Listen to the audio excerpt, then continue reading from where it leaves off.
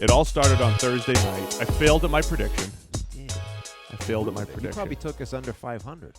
We're probably right around 500 on our Thursday night predictions. I was predicting greatness from Eric Berry. And, he flew around the field and did some things, but he also got lost in coverage on one or two plays and didn't have the 6 stops that I predicted. But let's discuss the Chargers and the Chiefs and what's happening now in the AFC.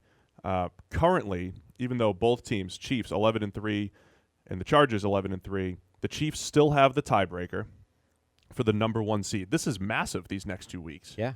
We're talking about the difference between the number 1 and the number 5 seed. Currently, the Chiefs are at 1, the Chargers are at 5, and the Texans are the number 2 seed now, thanks to their win against the Jets and New England falling to the Pittsburgh Steelers. We'll get to that in a minute, but what do you make of Chiefs and Chargers, the Thursday night game, and then going forward? You are going to love this because I have an outstanding comparison, analogy, if you like, for this Chargers team. Really? Right? Here's what we're talking about here.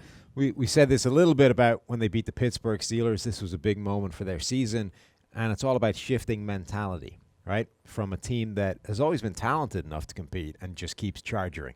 As the seasons go on, they find a way to charge it away, and it never happens, right? Yep. This season's starting to look a bit different. They go and beat Pittsburgh. That was a big seminal win for them. They then beat Kansas City on the road, the team that they've struggled against the most out of anybody over the past few years. You know what this is, Steve? What is it? It's a lot like the Irish rugby team, right? Oh, it's very similar. You know why it's like that? Very similar. Because it represents this changing, step-by-step development of a change in mentality from a team that's been talented enough to win to a team that should expect to win and now expects to challenge, in Ireland's case, for the World Cup, in the Chargers' case, for the Super Bowl. Yeah, the Irish transformation over the last few years has just been spectacular. Exactly. There you go. So it goes from never beating New Zealand to beating them once, then beating them again. Suddenly, New Zealand are rattled. This is what happens with the Chargers, right? It's also, the Chargers also, much like the Irish rugby team, just an amazing mix of both veterans and youth. Yeah. I mean, the Chargers have the youth with Derwin James and Mike Williams stepping up, much like the Irish have their young guys stepping up here. Exactly, yeah. And this analogy, Steve, let's keep it going. Yeah. The Patriots are like New Zealand, right? The All Blacks. They've done it over and over again. They're the best team. Everybody knows this. They just have the experience so that even when things are going badly, they still come back to win.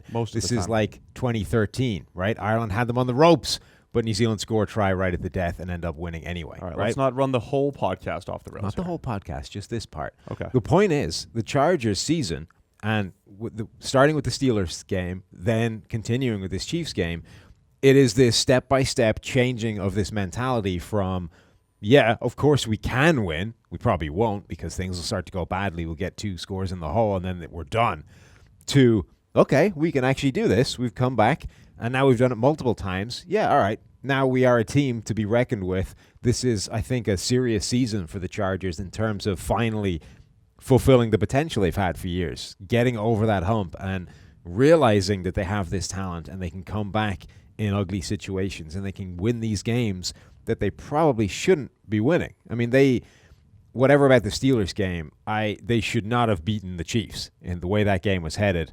The Chiefs had that game comfortably in control, but the Chargers didn't panic. They executed the drives, and then suddenly all you need is one stop. It was one of those games where it felt like the Chiefs, and I tweeted it out, and they were up 7 at one point or 10 or whatever it was, and it just felt like they were in control and they were up a lot more than they actually were.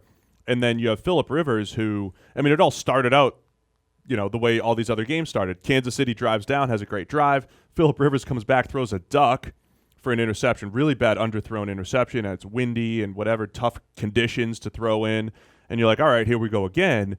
But then, Rivers had some pretty bad throws the other night. I think he had 4 turnover-worthy throws, but some of the throws that he made down the stretch were special. That 4th and long that he threw to Travis Benjamin, the anticipation, I don't know if you guys saw the video of it, but essentially Benjamin's running a post, and before he even thinks about breaking the post, Rivers threw the ball. He threw the ball, and Benjamin took another step vertically and then ran the post, and he put it in literally the only spot that he could catch it.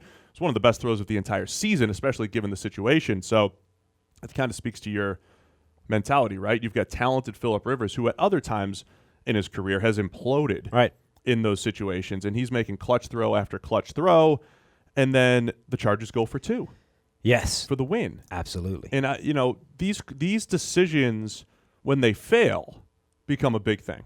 But the other thing that game showed is what we said all season long, which is when you're in these games where it's all offense, your defense, it really only needs like it only needs one stop because it's about stealing possessions. But it doesn't even need like one stop. It needs one play. When you look at the way the Chargers got their stop, it basically came down to one play in the run game. There was a guy, deep penetration, like a tackle for a 6-yard loss. That's that drive done, right? You're 6 yards behind the chains. It's 2nd and 16 or whatever. Now you're in a pretty big hole. The Chiefs don't get it back, and that's the drive, and that's the game because then the Chargers get the ball back. They're able to tie they're able to get to within the 2-point conversion. They score the 2 points and they win it. That basically happened because they made one play on defense. I mean, there were other plays too because the Patrick Mahomes thing. So a week before, Patrick Mahomes against the Baltimore Ravens, it's 4th and forever, and he scrambles out and he makes this ridiculous throw to Tyreek Hill, which is special. It's like, hey, Patrick, that's unbelievable. But if you're the Chiefs, you can't rely on 3rd and long magic and 4th and long magic every week. So they had another opportunity. They have a false start, and in the drive in which the Chiefs are trying to close this thing out, it's either 3rd and 10 or 3rd and 15. And I'm thinking, all right, can Patrick Mahomes do this again? And if I'm the Chargers, do I even try to rush him? Because he's really comfortable making these plays outside the pocket, and once you do that, it's so tough to cover for 5 seconds. And I'm thinking the Chargers should just try to keep him in the pocket. And they got after him, and they sacked him. And that was the play that forces the punt, and then the Chargers are able to drive the ball down on the game-winning drive. So there's things like that, too, where if you're the Chiefs, you can't just keep putting yourself in 3rd and long after that tackle for loss in the penalty and just hope that Mahomes is going to bail you out every single time. It's tough to do. When you look at his numbers, getting pressure on him does work. He's thrown almost as many interceptions as he has touchdowns under pressure. I think his 7 interceptions is 2nd most in the league behind Ben Roethlisberger. So, bigger picture, when you pressure him, it does work. It's this high-risk, high-reward strategy with Mahomes where, broadly speaking, pressuring Patrick Mahomes works, but it also creates this incredible. It also creates his biggest plays or the worst plays you can happen to a defense. So you're in this horrible situation where, well, do we go for it, knowing that broadly speaking it's going to work and slow him down, but it runs the risk of throwing an absolute dagger into the heart of this defense by doing it. It's this fascinating strategy. It's kind of like the Aaron Rodgers thing, right? Where again, broadly speaking, pressuring Aaron Rodgers works, but he is going to kill you when he gets out of the pocket at some point and throw an absolute dagger into you. So you go for that or not? The thing about Mahomes, too, that I think, and I tweeted this out in a game when this is one of his worst games as far as just missing, some easier throws, because he had the 2nd lowest percentage of negatively graded passes coming into that game.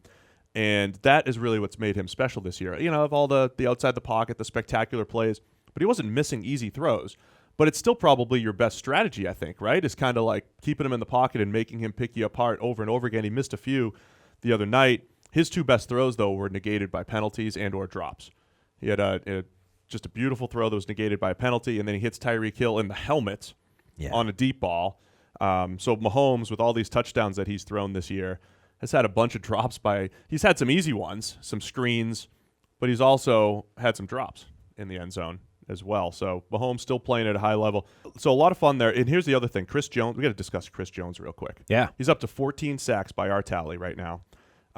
He's in the 2nd tier of interior defensive linemen this year with Aaron Donald. There's an Aaron Donald tier. Yeah. There's a Fletcher Cox tier. Mm-hmm. And then there's the next tier where Akeem Hicks, Chris Jones, and a few other guys reside. Chris Jones is there. You and I both tweeted and gave kudos to Mike Renner, our guy that was here last week, because he wanted to put Jones as like a top 3 player in the 2016 NFL draft. 16?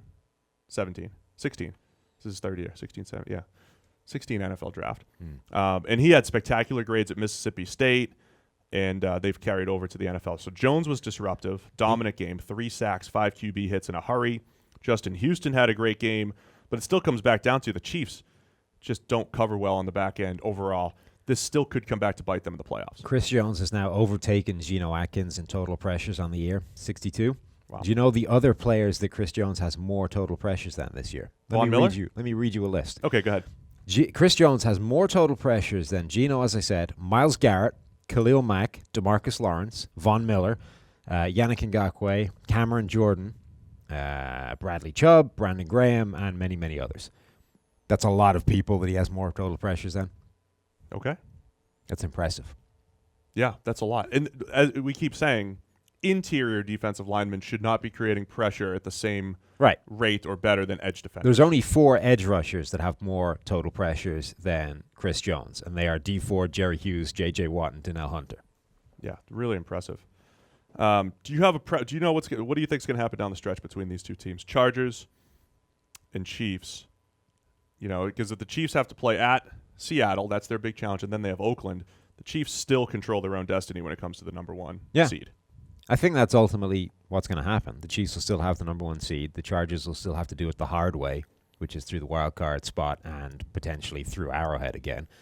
But again, this is all part of this changing of the mentality that shouldn't scare them anymore, right? If this was a situation before that game and they now had to roll in there having lost twice to the Chiefs, once at Arrowhead, and they're like, well, there's got to be something somewhere in the back of their head that says we're not winning this game, right? We can, but we probably won't. Yep. And if we go a score or 2 down, they're probably giving up, right? Now, they've been there. They've done that. They know they can come back from that. It's still live. I mean, I think that's an important change in mentality. That experience of having done that gives them that institutional memory of how to win those ugly encounters. You're getting really touchy-feely with this analysis today. It's important. All right. It's important because it's just like the Irish rugby team, Steve. It's the same exact thing. Exactly.